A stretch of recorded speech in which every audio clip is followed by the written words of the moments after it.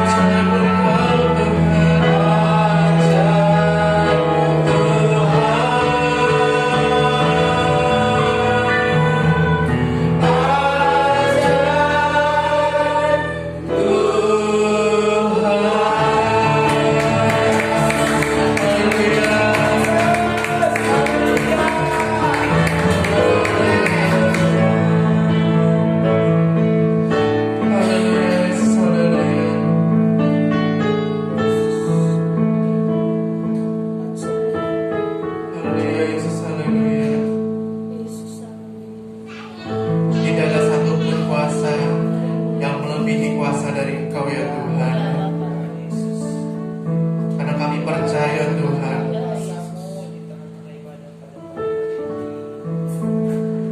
firman-Mu ya dan amin bagi kami Tuhan.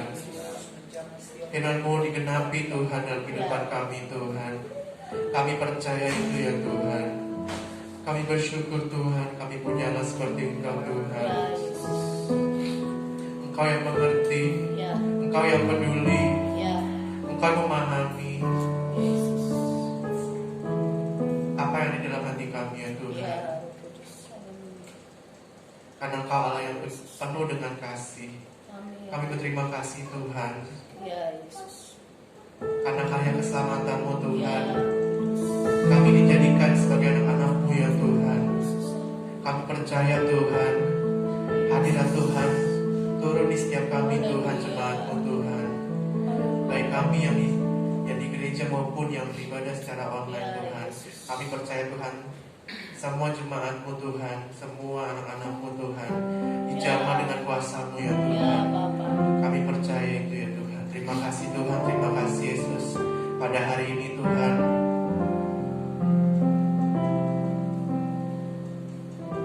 selidiki hati kami Tuhan, karena hanya Engkau yang tahu Tuhan apa isi hati kami yang terdalam Tuhan. Engkau tahu apa yang jadi kekurangan kami Tuhan, Engkau tahu apa yang jadi kelemahan kami Tuhan. Pada hari ini Tuhan, kami mau datang menyerahkan semua itu hanya ke dalam tangan-Mu ya Tuhan. Kami percaya Tuhan bahwa penyertaan-Mu adalah penyertaan yang terbaik bagi kami ya Tuhan. Terima kasih Tuhan, terima kasih Yesus. Kami percaya dalam ibadah pada hari ini Tuhan, kami diubahkan, kami diperbaharui ya Tuhan. Terima kasih Tuhan, terima kasih Yesus. Ini doa kami ya Tuhan. Di dalam nama Tuhan Yesus kami berucap syukur. Semua yang diberkati sama-sama katakan Amin. Amin, haleluya. Haleluya. Siap puji nama Tuhan. Sebelum kita puji nama Tuhan, tengok kiri kanannya, berikan senyum yang terbaik kepada orang di samping kiri kanan kita, haleluya. Kita mau katakan sungguh alangkah baiknya. Sungguh alangkah baiknya, sungguh alangkah baiknya, bila saudara semua hidupku bersama. Sungguh alangkah baiknya, sungguh alangkah baiknya, sungguh alangkah baiknya, bila saudara semua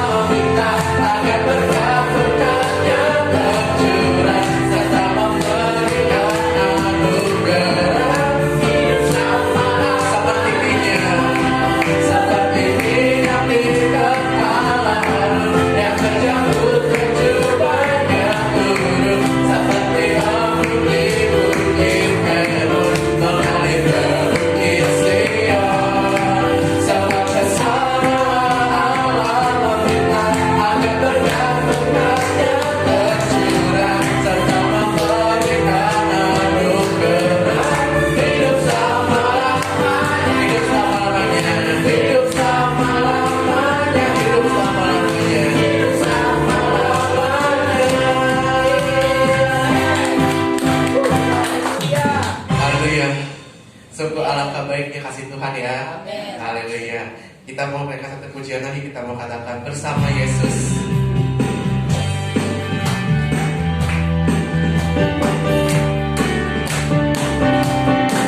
Bersama Yesus, lakukan perkara besar bersama Yesus. Tidak ada yang sukar bersama Yesus. Ada jalan keluar untuk masalahku, untuk masalahmu, untuk masalah kita semua. Yesus Sang Gembala, Juru Selamat umat manusia. Yesus tabib yang ajaib, Dia menyembuhkan, Dia membenarkan, Dia menguduskan, Dia Raja Salam. Kita sekali lagi bersama Yesus. Bersama Yesus, lakukan perkara besar bersama Yesus. Tidak ada yang sukar bersama Yesus. Ada jalan keluar untuk masalahku, untuk masalahmu, untuk masalah kita semua. Yesus Sang Gembala, Juru Selamat umat manusia.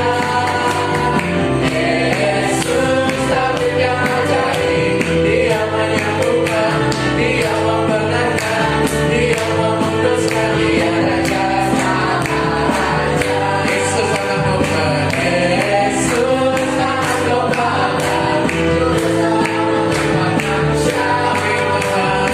Yesus tabib yang ajaib, Dia menyembuhkan, Dia membenarkan, Dia menguduskan, Dia Raja Salam. Dia Raja, Dia Raja segala.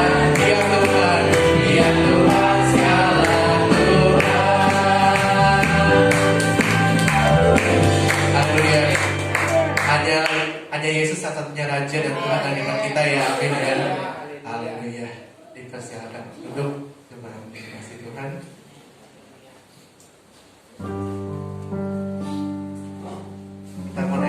Kita akan masuk ke dalam firman Tuhan.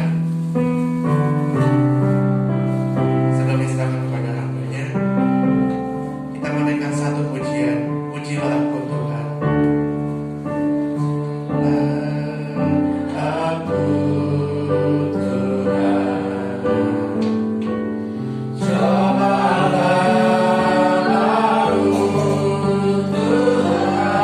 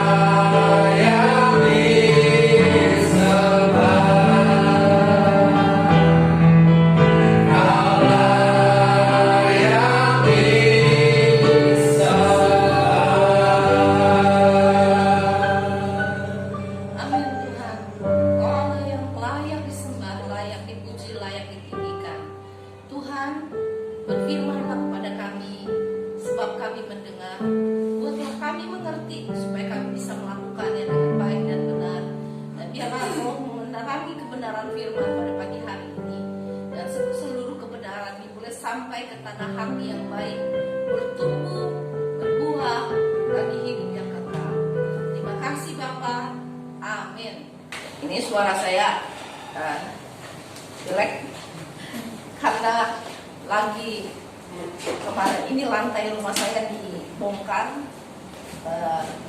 debunya ke alergi ya, karena nggak ada proteksi di hidung nih. Saya bilang saat ini juga saya batuk, pilek di awalnya pilek, dari pilek langsung jadi larinya ke tenggorokan. Itu kalau debu, kena debu aja konsletnya langsung cepet banget. Saudaraku sekalian, pagi hari ini kita mau belajar tentang satu kalimat yang ada di atas kayu salib. Tuhan Yesus bilang, Eli, Eli, lama sabachthani. Bapa, Bapa, mengapa engkau meninggalkan aku? Dan kata itu menunjukkan kepada situasi hidup manusia. Ada banyak orang di dalam kesulitan hidupnya itu ngalamin situasi mentok seperti yang Tuhan Yesus alami, yaitu ketika kita bilang, saya sudah berseru, saya sudah berdoa, saya sudah berpuasa, saya sudah minta dukungan doa siapapun, tapi nggak ada jalan keluar. Betul ya? Kita berpikir Tuhan sudah meninggalkan kita. Itu situasi yang dialami oleh mungkin saudara pernah ngalamin situasi itu. Dan ada orang karena situasi yang seperti ini yang meninggalkan Tuhan, menjadi orang yang absen terhadap keberadaan Tuhan, gak percaya Tuhan ada. Kenapa? Kok lagi di situasi kayak gini dia diam aja gitu loh, gak bertindak. Kita misalnya lihat penganiayaan di sebelah mana gitu, kayaknya ngeri banget, terus kita bilang kayaknya dia diam aja tuh, gak ada sesuatu tindakan yang Tuhan lakukan. Kalau dia ada, dia harusnya bertindak. Kita berkata seperti itu. Dan akhirnya orang itu meninggalkan Tuhan dan I don't believe God. Saya nggak percaya sama Tuhan. Saya nggak percaya Tuhan ada. Kalau dia ada, harusnya cuma dia yang bisa ngatasin situasi ini. Katanya gitu ya. Nah, mari kita buka Mazmur 22.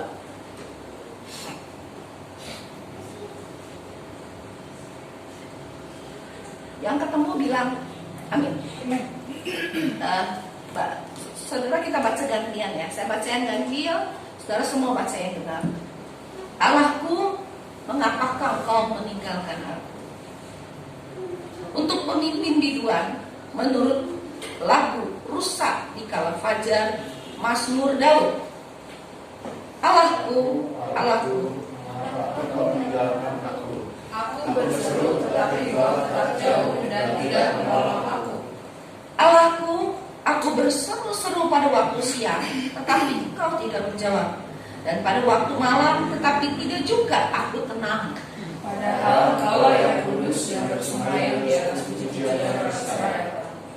Kepadamu nenek moyang kami percaya. Mereka percaya dan engkau meluputkan mereka. Kepadamu mereka berseru-seru dan mereka terluput. Kepadamu mereka percaya dan mereka tidak mendapat menolong.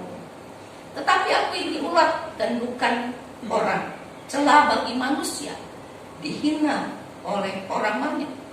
Semua orang yang melihat aku menolong aku, mereka mencibirkan bibirnya, menjadikan kepalanya.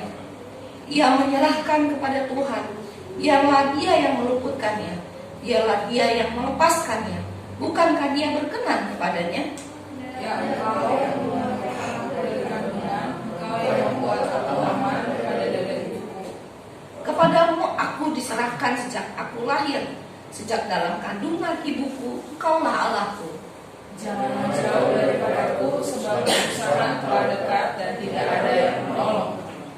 Banyak lampu jantan mengerumuni aku, banteng-banteng dari basan mengepung aku. Mereka mengamalkan manusia terhadap aku seperti singa yang menerkam dan mengaum. Seperti air aku tercurah dan segala tulangku terlepas dari sendinya. Hatiku menjadi seperti lilin, hancur luluh di dalam dadaku.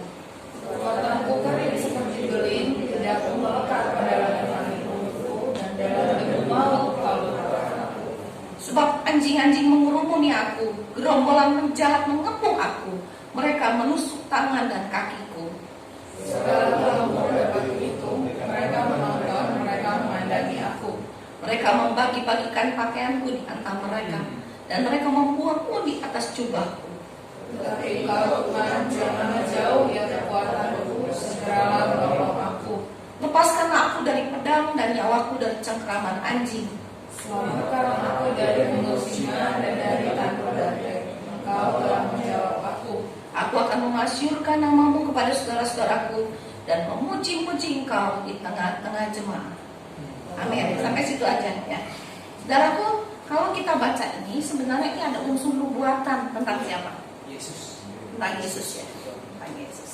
Oke, kita sekarang bertanya, mungkin saudara pernah ngalamin situasi seperti yang Mazmur katakan, Mazmur 22. Saudara sudah berseru-seru, saudara sudah berdoa, saudara sudah berpuasa. Bahkan kata orang, ayo nyanyi dan memuji Tuhan, lah saatnya untuk bersyukur. Saudara sudah bersyukur, saudara nyanyi, saudara memuji Tuhan, saudara nggak berkeluh kesah.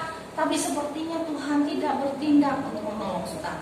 Sepertinya Dia membiarkan saudara masuk ke dalam kesukaran itu, masalah yang berat. Saya bilang sama saudaraku, bahwa itu dialami oleh Juru Selamat kita, Tuhan Yesus. Amin, saudara? Amin. Tuhan bilang apa waktu lagi Dia berdoa di taman Getsemani? Dia minta apa sama Bapak? Bapak, kalau boleh, cawan ini apa? Aku daripada. Makanya ada doa Bapak kami yang mengajarkan, datanglah kerajaanmu, jadilah kehendakmu. Ada saatnya di mana kita berdoa, kita minta kelepasan, Tuhan nggak kasih kita kelepasan. Tuhan izinkan kita masuk ke dalam situasi sulit itu untuk kita hadapi bersama-sama dengan Dia. Amin, saudara. Amin ya. Karena kata Eli, Eli, lama sabachthani itu nggak berhenti sampai di situ. Nggak ada. Ada 7 ucapan kalimat Tuhan di atas kayu salib. Betul ya? Nah, saudara ingat nih, baik-baik. Dan ucapan yang paling nggak enak adalah Eli, Eli, lama sabachthani. Bapak, mengapa kau meninggalkan aku? Itu kalimat paling tidak enak. Tapi di atas kayu salib juga ada kalimat yang memberikan jawaban bahwa Bapak tidak meninggalkan kita sendiri. Nanti saya sebutin ya. Nah, di sini dikatakan ya bahwa ada pergumulan, ada penderitaan yang dialami oleh anak-anak manusia dan Tuhan tahu itu. Makanya dibilang di atas kayu salib Dia menanggung penderitaan kita. Bukan kan begitu ya, saudara ya? Dia tanggung sakit penyakit kita. Dia tanggung kemiskinan kita sehingga ada lagunya. Dia menjadi miskin supaya kita menjadi kaya. Dia menjadi lemah supaya kita kuat. Jadi saudaraku, apa yang saudara alami, sepertinya Tuhan tidak peduli dengan doamu. Jangan cepat berhenti dan marah bahwa Tuhan nggak ada. Ada situasi-situasi di mana saudara berseru-seru, saudara puasa pun sekalipun, saudara nggak diluputkan sepertinya dari kesukaran itu. Saudara masuk ke situ, saudara ada di situasi itu. Saya bilang, kalau nanti akhir zaman jadi datang, ya, dan sekarang sedang berlangsung prosesnya, bencana alam. Kalau saudara ada di peristiwa di angin puting beliung sedang terjadi, saudara di kota yang sama, saudara puting beliungnya bisa kena sama saudara nggak? Bisa. Apakah karena saudara berdosa?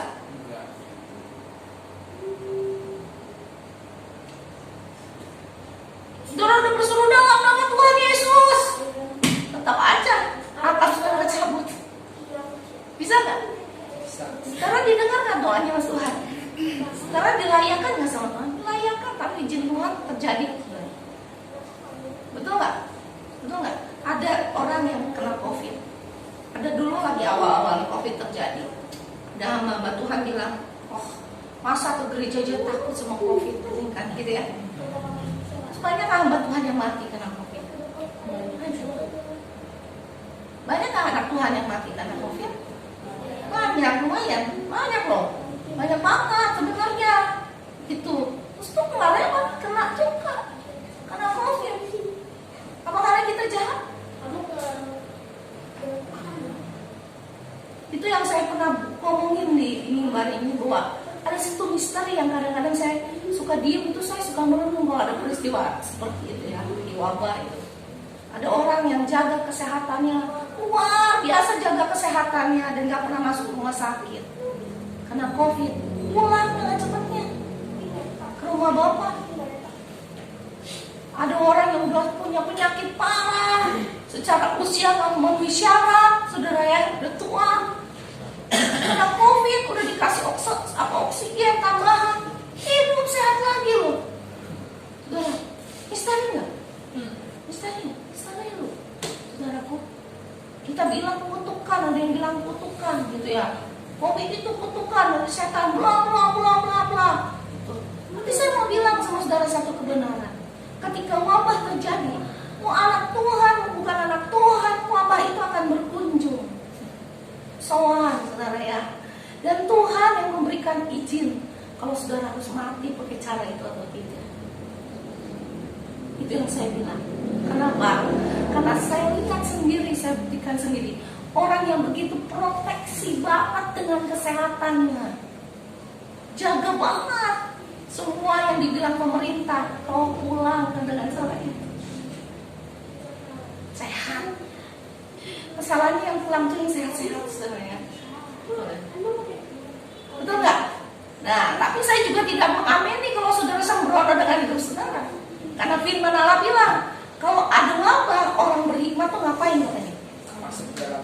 Masuk dalam rumah, tutup pintu. Berarti apa itu? Social distancing. Ya betul ya. Sampai ada istilahnya itu social distancing. Intinya saudaraku, ya, wabah, penyakit, kesusahan, penderitaan bisa sowan kepada setiap orang. Betul nggak? Ya, betul. Bisa terjadi. Nah, kalau saudara ingat tentang seorang janda yang punya anak ya, zaman Elisa atau Nabi Elia, ya saya agak lupa dikit ya. Yang lagi dia pernah punya anak karena doanya Elisa, betul ya, doanya Elisa.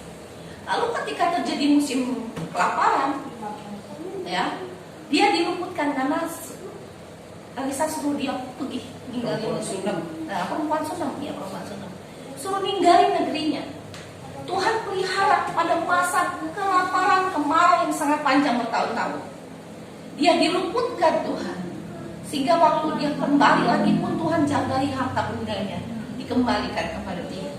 Tuhan jagai. Tetapi perempuan itu luput nggak dari kesusahan? Enggak juga, dia juga mengalami kesusahan. Dia harus ninggalin negerinya, dia harus ninggalin kekayaannya, semuanya dia tinggalin. Merantau ke negeri orang, nggak punya siapa-siapa di negeri lain, saudara. Nah, dia nggak punya siapa-siapa. Halo, dia nggak punya siapa-siapa. Sama menderitanya dengan yang tinggal di negeri, dengan dia pergi ke negeri lain, sama penderitaan, sama-sama menderita. Jadi satu hal, kalau saudara sebagai orang Kristen, sebagai orang percaya, saudara sudah berdoa, saudara sudah sungguh-sungguh berpuasa, saudara sungguh-sungguh cari Tuhan, ada satu yang merupakan hal yang terbaik yang bisa dimiliki oleh orang percaya, yaitu iman.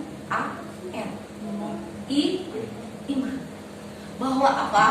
Bahwa sekalipun penderitaan itu ada, Tuhan ada bersama-sama dengan kita. Amin, saudara? Amin ya. Jadi jangan bilang Tuhan tidak ada.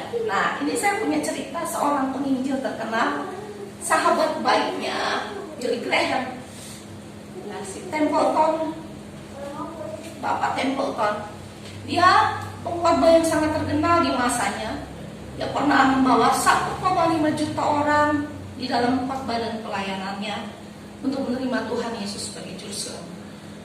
Sampai media Amerika menyebut dia sales kerajaan surga.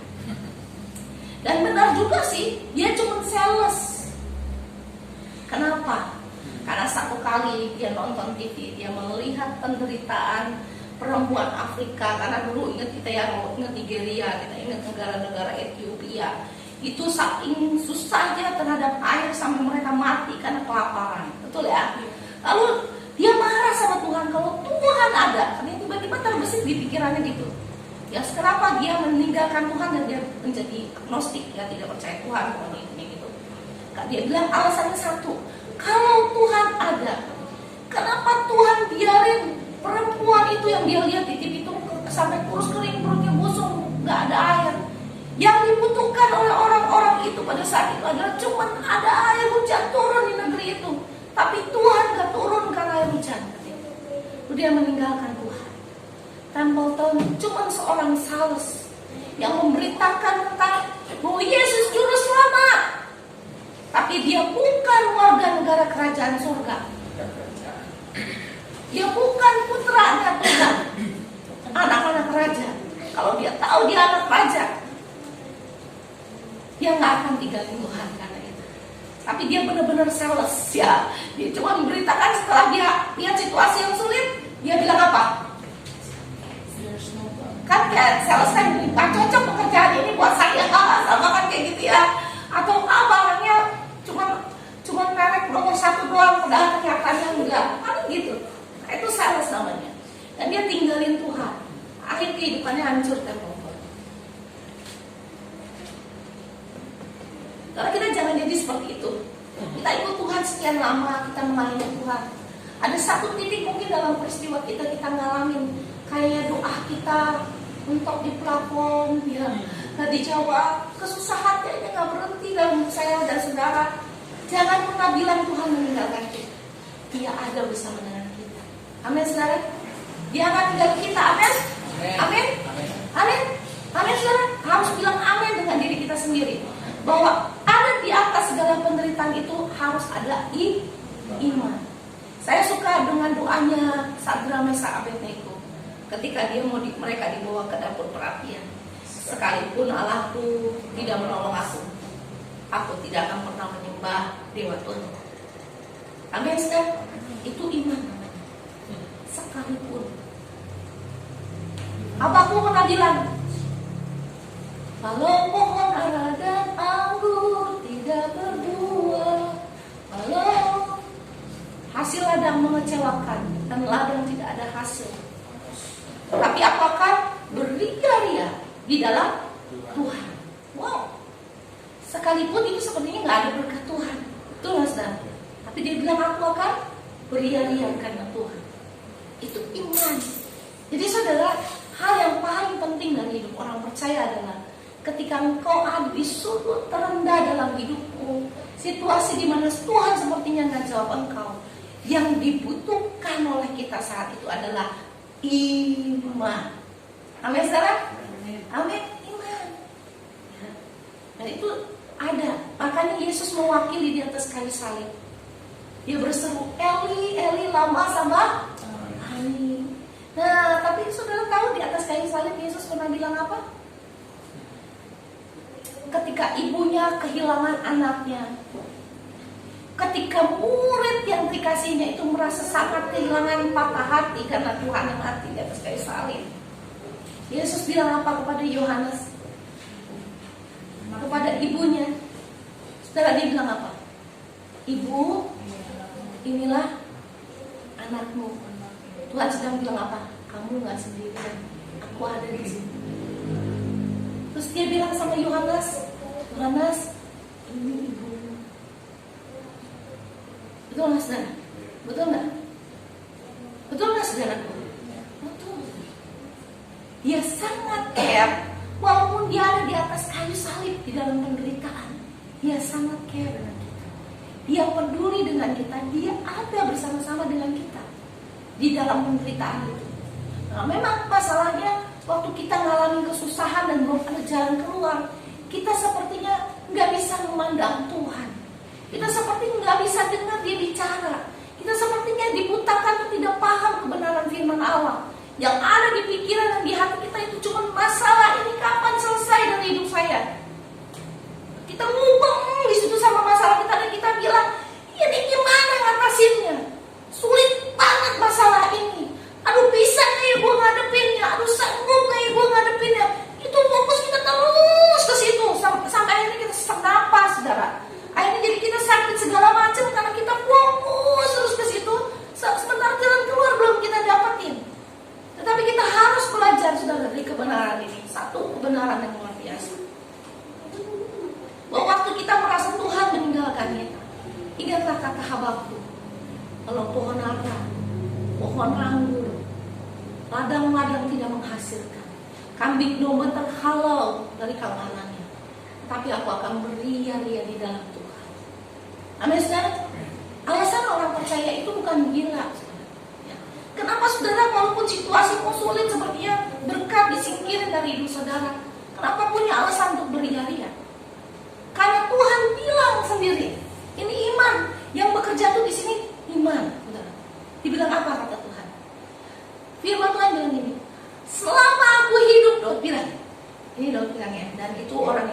Tuhan. Selama aku hidup, aku nggak pernah melihat anak cucu orang benar hidup apa? Minta-minta bahkan nggak isi makanan, enggak. Betul nggak? Betul nggak saudara? Karena siapa yang memelihara hidup kita? Tuhan. Tuhan semesta alam. Dia yang memelihara hidup saudara. Katakan sama kiri kanannya, Tuhan memelihara hidup. Jadi waktu lagi kesulitan besar terjadi dan sepertinya saudara berdoa dan tidak dijawab, jangan cepat bilang Tuhan gak ada, Tuhan gak peduli. Saudara ya, saudara mulai menghukum diri sendiri dan berkata, apakah saya terlalu brengsek? Saya balikin, apakah sudah terlalu benar hingga harus Tuhan jawab? Gak ada yang terlalu baik hingga Tuhan harus jawab saudara dengan hidup kita. Gak? Tapi dia sendiri memutuskan untuk bertanggung jawab atas hidup kita. Makanya dia bilang, aku datang kepada milik kepunyaanku, tapi milik kepunyaanku menolak aku. Bukankah dia sendiri yang memberikan dirinya? Bukan karena orang yang dia datengin, dia kasih itu mengasihi dia, enggak. Dia bilang, milik kepunyaan menolak dia.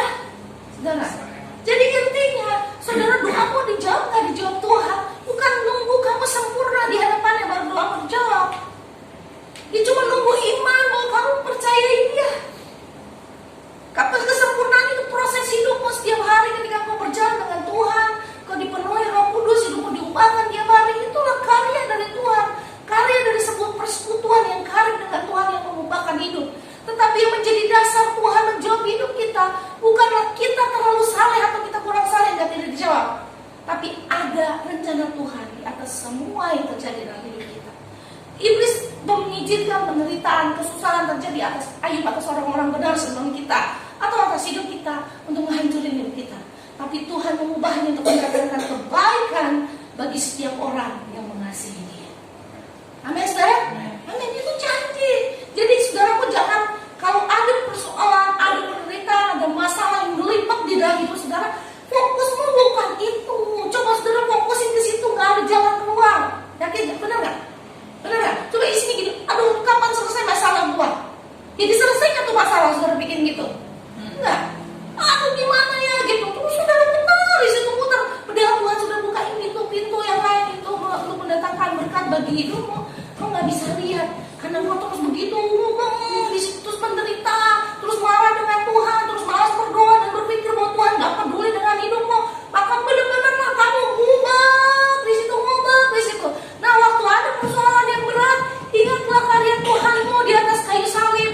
Bahwa seluruh kemiskinanmu, penderitaanmu sudah ditanggung di atas kayu salib di dalam dirinya, sehingga dia berkata, Eli, Eli lama sabachthani. Bapak meninggalkan aku. Karena dia udah berdoa di taman Getsemani dan dia bilang, Bapak kalau boleh cawan ini lalu daripadaku. Tapi Bapak di surga tidak mengizinkan cawan itu lalu dari dia, tapi dia harus minum penderitaan itu.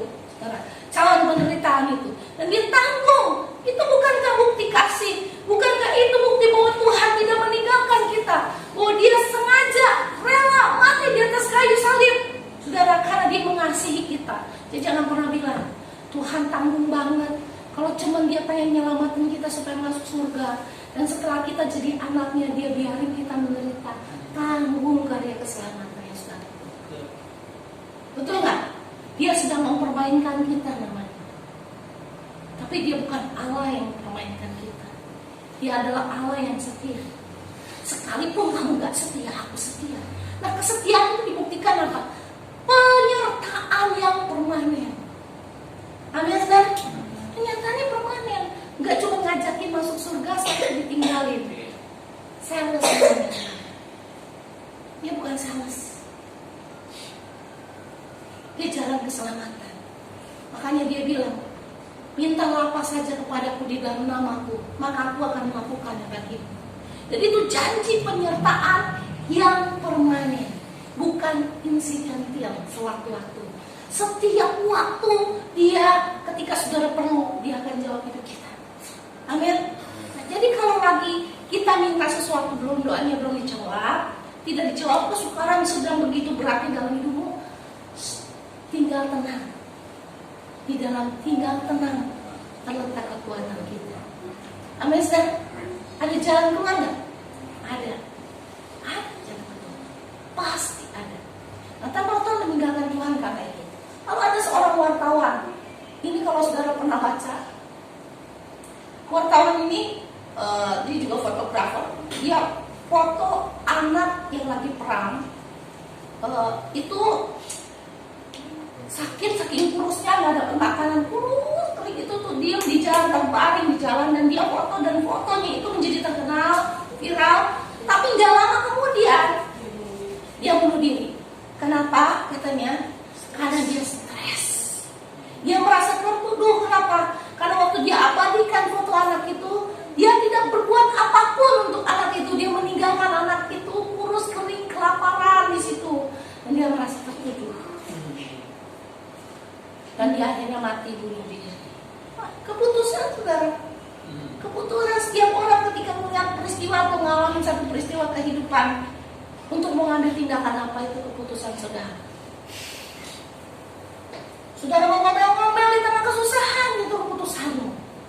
Saudara mau maki-maki Tuhan, itu keputusanmu. Saudara mau bilang Tuhan gak ada, itu keputusanmu. Saudara mau percaya Tuhan, itu keputusanmu. Dan setiap keputusan itu mengandung konsekuensi atas hidup kita. Ada konsekuensi. Dan waktu saudara memutuskan untuk percaya bahwa Tuhan menyertai kita, bahwa Tuhan ada di dalam penderitaan kita, di situ saudara akan melihat Tuhan sungguh ada. Amin. Saya mau tanya, Ethiopia masih kelaparan kayak dulu orang musuh lapar? Bukankah Tuhan ada di situ? Dia berkati anaknya tuh, orang Israel yang dikutukin sama Indonesia, dengan otak cemerlangnya, memberkati Ethiopia dengan apa? Menyediakan penangkap embun, membantu dengan teknologinya sehingga tanah yang kering tandus tanahnya Ethiopia menghasilkan pertanian yang luar biasa. Jadi Ethiopia bukan lagi negara yang tidak kuat secara pangan. Mereka menjadi negara yang kuat swasembada pangannya. Nomor foto. Tangan siapa yang diberkati? Israel. Memberkati apa? Ethiopia. Bukankah Tuhan ada?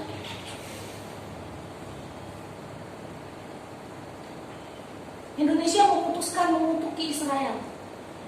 Harusnya Indonesia kaya karena apa? Pakai teknologinya Israel. Tanahnya udah subur, ditambahin pakai teknologi Israel, minta ampun deh. Hasilnya, sapinya aja unggulan dari mana? Pak Ato tuh dulu diam-diam pakai sapinya siapa? Israel. Sapi benih dari Israel tuh tapos, makanya keren sapinya. Jadi banyak kali saudaraku ya, itu keputusan kita. Kalau kita pengen diberkati Tuhan di tengah kesukaran, jangan pernah ngutukin Tuhan, jangan pernah marah dengan Tuhan, jangan pernah berpikir bahwa Tuhan ninggalin. Ada waktunya dia akan bertindak. Betul saudara? Kalau Tuhan jahat, waktu orang Niniwe itu kan, kalau saudara baca sejarahnya kenapa Yunus begitu benci sama orang Niniwe, itu karena orang Niniwe itu terkenal sadis. Musuhnya itu dikulitin pelan-pelan. Saudara kebayangin kan, kalau saudara luka dikit aja kegesut, perih banget kan? Nah, dikulitin musuhnya. Lalu kakinya diikat dengan tangannya direntangin, kakinya direntangin, diikat dengan kuda yang dipukul ke arah yang berbeda. Makanya Yunus memilih, tahu kan, sampai waktu Yunus marah dengan Tuhan itu, dia bilang apa? Aku tahu kau tuh Allah yang pengasih dan penyayang. Dia nggak mau pergi itu bukan karena dia nggak percaya Tuhan sanggup menolong atau menyertai dia, bukan. Dia nggak mau karena dia pengennya orang ini mati semua. Karena jahat. Itu keinginannya. Tapi Tuhan apa bilang apa sama Yunus? Yunus kasihan mereka. Mereka kan bisa bedakan tangan kiri dan tangan. Itu tanda bahwa Tuhan mengasihi saudara. Amin. Bilang sama kiri kanan, Tuhan sangat mengasihi. Sangat mengasihi. Jadi waktu kalau saudara lagi ngerasa sendiri ya, kayaknya nggak ada yang ngerti masalah hidupmu, bodoh, semua orang pernah ngalamin gitu. Benar nggak? Benar nggak? Kalau di sini pernah nggak ada yang ngerasa nggak ada yang ngerti nih masalah gue? Ada ya? Saya juga pernah kan gitu, nggak ada yang ngerti. Juga gue ceritain juga lo nggak ngalamin gitu kan? Ya, nggak ada yang ngerti selamatmu sangat mengerti penderitaan. Amin. Ya, di dalam waktunya, dengan caranya yang nggak pernah kepikiran sama kita, dia memberkati kita. Amin, saudara. Ayub ngalamin penderitaan itu, Tuhan bilang apa sama si pencoba? Boleh uji, tapi lu nggak boleh ngambil nyawanya. Terus apa? Ketika Ayub kedapatan setia, iman lu. Waktu dia bilang apa? Tuhan yang memberi, Tuhan yang mengambil. Terpujilah nama Tuhan. Ayub masuk ke dalam pengalaman rohani yang luar biasa dengan Tuhan. Sehingga dia bilang begini, dulu aku dengar tentang engkau dari kata orang. Dia bilang, jadi di penderitaannya, ketika dia berdoa nggak ada jawaban, ketika ada penghibur sialan yang datang, ya saudara ya, ketika dia minta sepertinya semua yang dia miliki hilang, situasi yang sangat mengerikan dihadapi Ayub, jatuh ketimpa kata gigit anjing gila itu situasinya. Tapi pada saat itu sesungguhnya Tuhan sedang bekerja sangat luar biasa atas Ayub. Dia membawa Ayub ke dalam pengalaman rohani yang gak bisa dimiliki oleh orang lain karena gak ngalamin hal yang sama dengan Ayub. Ayub bilang apa? Dulu aku tahu, aku dengar tentang engkau. Sekarang aku tahu engkau. Aku dengar engkau muka dengan muka. Jumpa dengan Tuhan. Perjumpaan dengan Tuhan. Jadi kalau saudara sedang mengalami tekanan yang berat, sepertinya gak ada jawaban dari Tuhan, saudara mengalami kesedihan, tapi gak ada yang bisa menghiburmu, engkau sedang berdoa, berseru-seru, berpuasa dan mencari wajah Tuhan sungguh-sungguh, dan sepertinya belum ada jawaban, teruslah datang di bawah kaki Tuhan, duduk dan nantikanlah Dia, karena Dia mau bawa engkau ke dalam pengalaman rohani yang jauh lebih indah. Amin, saudara. Amin. Saya mau buktikan lagi. Terakhir, Daniel itu waktu dia baca Alkitab. Jadi kita bukan baca Alkitab ya, dia baca Taurat cerita. Dia lihat sebuah ayat yang merupakan janji Tuhan untuk mengembalikan orang Israel dari pembuangan. Dia mulai berdasarkan ayat itu, dia menghitung tahun-tahun yang berlalu dari bangsa Israel. Dan dia bilang itu 70 tahun. Dia lihat ini masanya.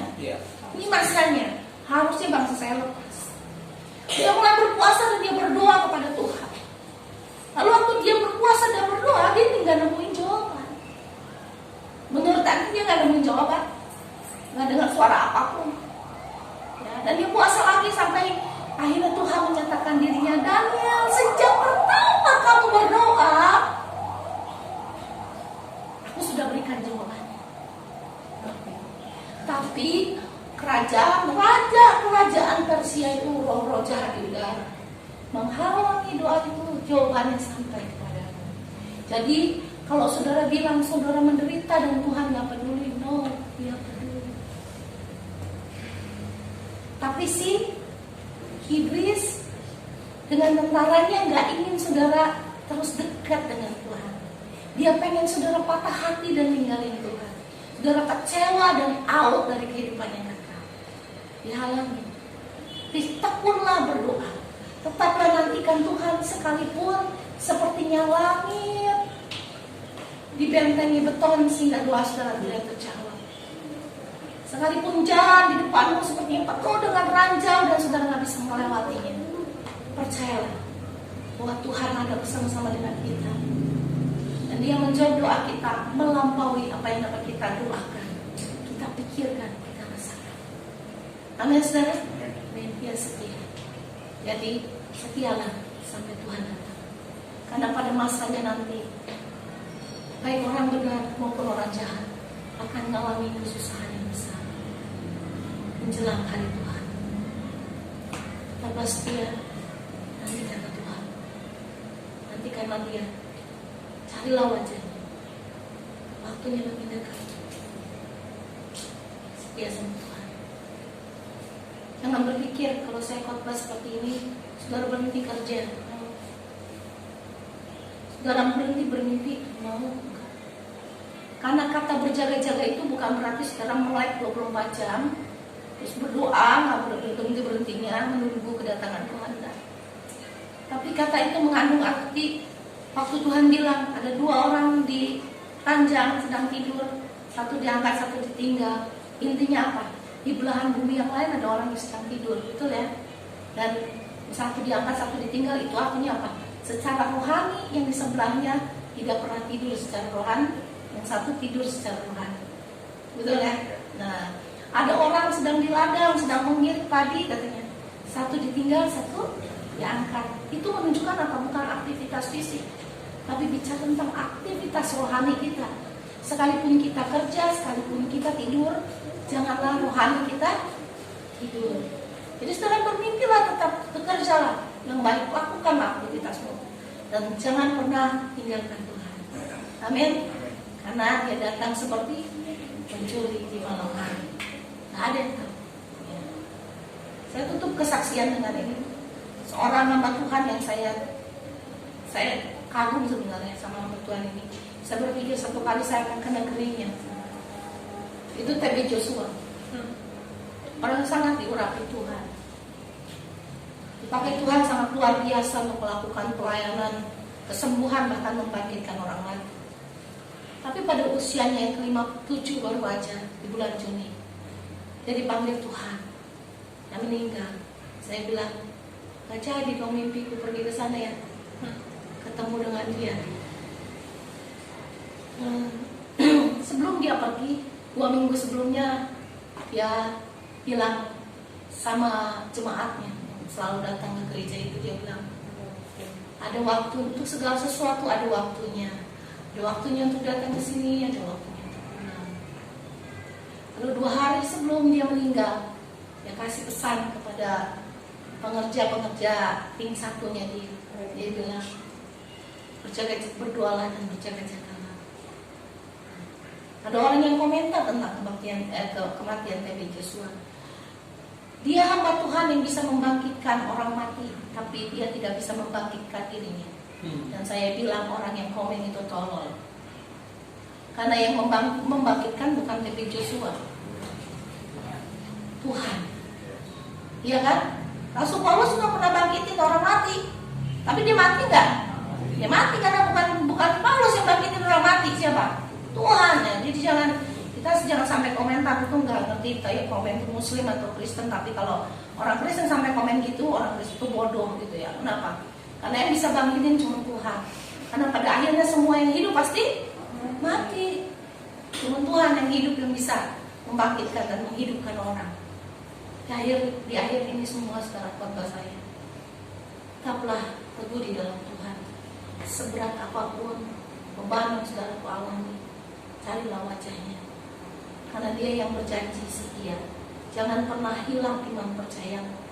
Sekalipun ada tembok tebal di langit-langit doamu, sekalipun segala sesuatunya sepertinya buram, tetaplah berdoa, tetaplah percaya dengan Tuhan. Karena Dia sanggup membuat saudara melewati semua itu dan menjadi pemenang. Amin. Mari kita berdoa, kita bangkit berdiri.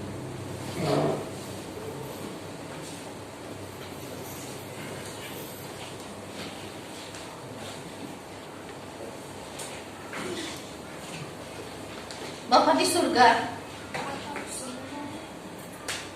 mungkin ada di tengah sidang jemaatmu yang sedang mengalami pergumulan yang berat dan belum ada jalan keluar. Entah itu sakit penyakit, entah itu usaha, pergumulan yang lain dalam kehidupan yang dialami oleh setiap pribadi kami.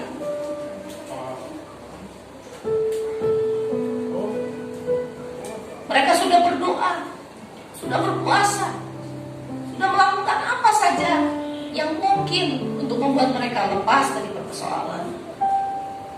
Tapi sepertinya Engkau diam, Tuhan. Sepertinya Engkau membiarkan situasi-situasi itu menimpa kami. Ajari kami Bapa, ajari kami Bapa seperti Kristus di atas kayu salib. Kristus menyerahkan nyawanya.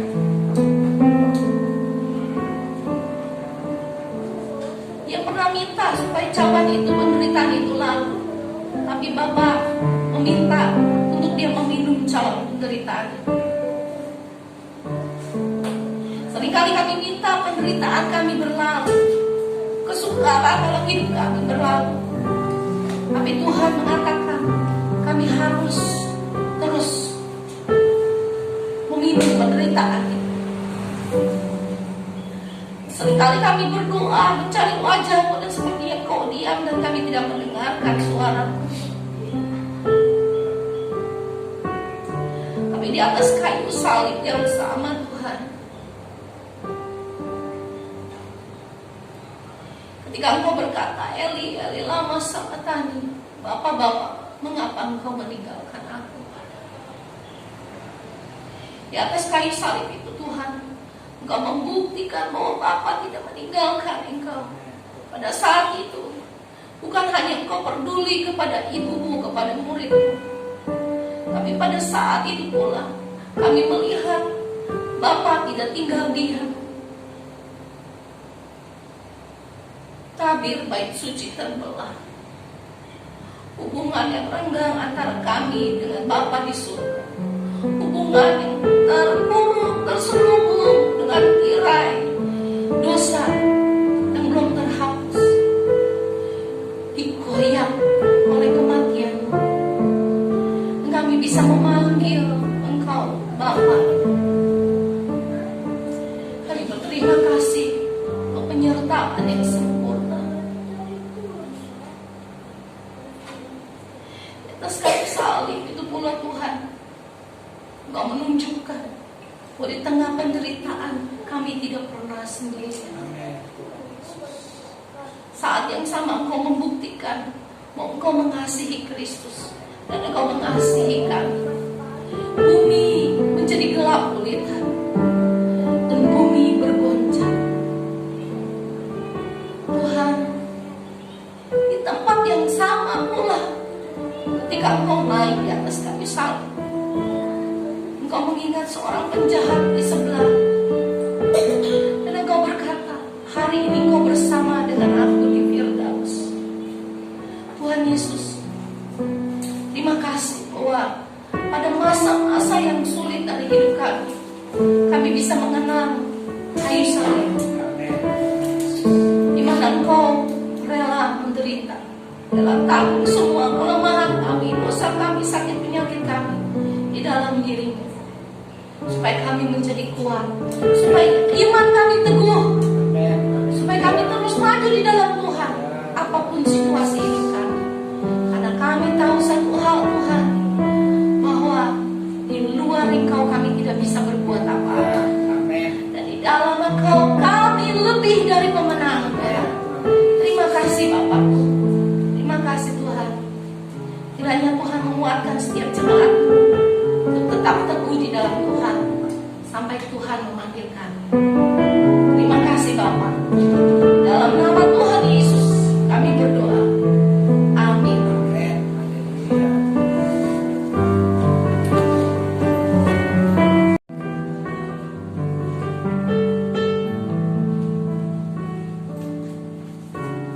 Terima kasih untuk Ibu Gembala atas firman-Nya pada hari ini. Kita percaya bahwa apapun yang kita jalani dalam kehidupan kita, percaya bahwa Tuhan tetap menyertai kita. Amin ya. Haleluya. Saat ini kita akan memberikan persembahan. Mari kita bersatu di dalam doa. Bapa yang berkata dalam kerajaan surga, yang kami sembah di nama Tuhan Yesus, kami ucap syukur dan terima kasih karena kasih setia-Mu Tuhan, kebaikan-Mu dan kehidupan kami Tuhan sampai hari ini. Terima kasih Tuhan, pada hari ini kami diberi kesempatan untuk bisa beribadah pada hari ini Tuhan. Baik kami yang beribadah di gereja maupun yang beribadah secara online, kami percaya Tuhan bahwa hadirat Tuhan menyertai kami Tuhan, memberkati kami ya Tuhan. Terima kasih Tuhan. Kami ucap syukur, kami banyak menolak berkat-Mu Tuhan, baik dari puji-pujian yang kami naikkan Tuhan, dari firman-Mu juga Tuhan yang sampaikan lewat hamba-Mu Tuhan. Kami percaya firman-Mu itu boleh bertumbuh dalam hati kami Tuhan, bertumbuh berakar dan menghasilkan buah. Terima kasih Tuhan, terima kasih Yesus. Sebentar kami akan Dengan persembahan Tuhan, berkatlah setiap persembahan yang dapat diberikan pada hari ini Tuhan akan dapat dipakai untuk kemuliaan-Mu Tuhan di tempat ini. Terima kasih Tuhan, terima kasih Yesus di doa kami Tuhan. Dalam nama Tuhan Yesus, mengucap syukur. Amin. Ya. Kita menaikkan satu pujian, sungguh alangkah baiknya.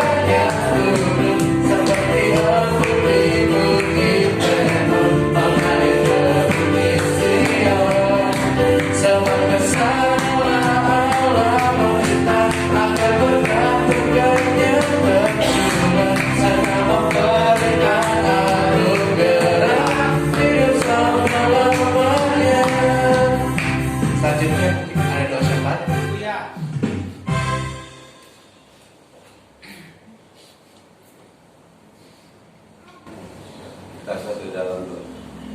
Terima kasih Tuhan, pada pagi hari ini kami bisa berkumpul kembali Tuhan.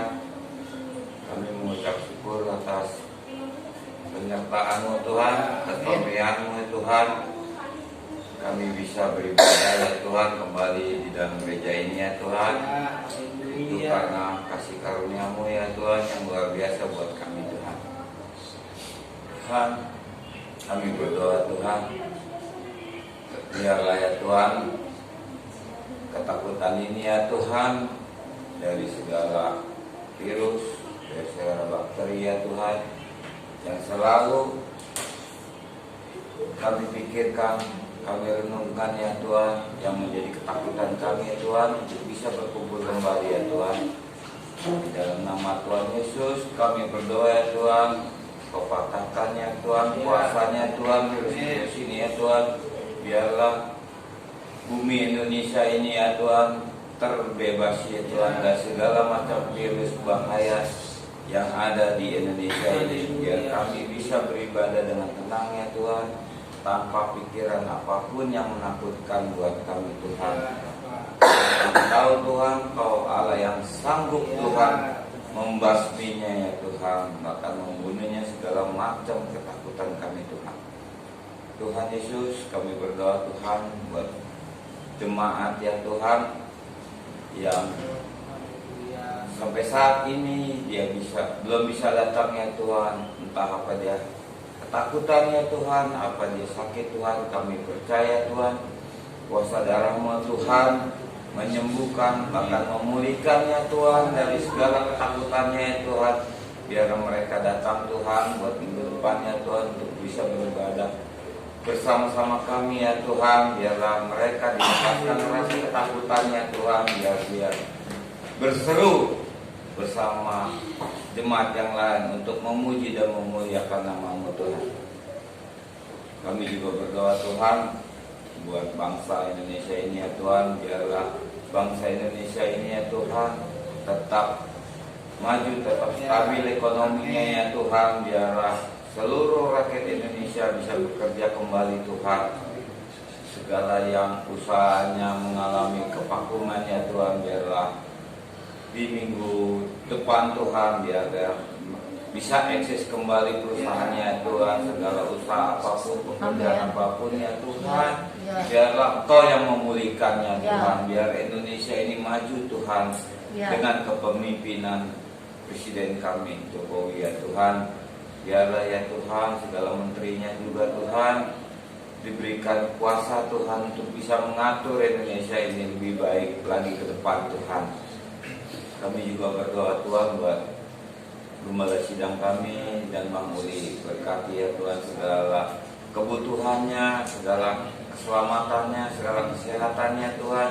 Biar dia bisa menjadi pelayan-Mu setia Tuhan. Biarlah kami bisa dibawanya jemaat-jemaat gereja Resi ini dengan benar, dengan tenang, tanpa ada ketakutan ya Tuhan. Ya Tuhan, kami juga berdoa Tuhan buat anak-anak kami ya Tuhan yang masih sekolah, yang masih kuliah, berkati mereka Tuhan. Beri mereka Tuhan kepintaran ya Tuhan. Berikan mereka juga kesehatan untuk bisa melakukan segala apa yang diberikan tugas guru maupun dosennya Tuhan. Biar mereka berguna Tuhan buat bangsa ini maupun berguna bagimu Tuhan. Kami serahkan juga Tuhan orang-orang tua Tuhan yang bekerja, yang berusaha. Biar mereka bekerja dengan benar, dengan keadaan badannya sehat Tuhan, segala fisiknya Tuhan. Biarlah darah-Mu tercurah Tuhan buat orang-orang tua di gereja Resi ini selalu tetap sehat Tuhan. Karena kami tahu Tuhan, Engkau Allah yang sanggup menyempurnakan segala kesehatan ya Tuhan. Ya Tuhan, kami juga berdoa Tuhan buat kami Tuhan minggu depan ya Tuhan, dalam segi usaha, dalam segi pekerjaan ya Tuhan. Berkati Tuhan segala pekerjaannya, segala usahanya, segala apa yang dia kerjakan. Diberikan Tuhan keberhasilan ya Tuhan. Ya Tuhan, sebentar lagi kami akan pulang ya Tuhan. Lindungi kami ya Tuhan dalam perjalanan, tibakan kami bersama keluarga kami dengan selamat tanpa kekurangan apapun. Kami serahkan doa permohonan kami ya Tuhan di dalam nama anak-Mu Tuhan Yesus Kristus yang hidup dan berkuasa. Amin. Amin. Haleluya.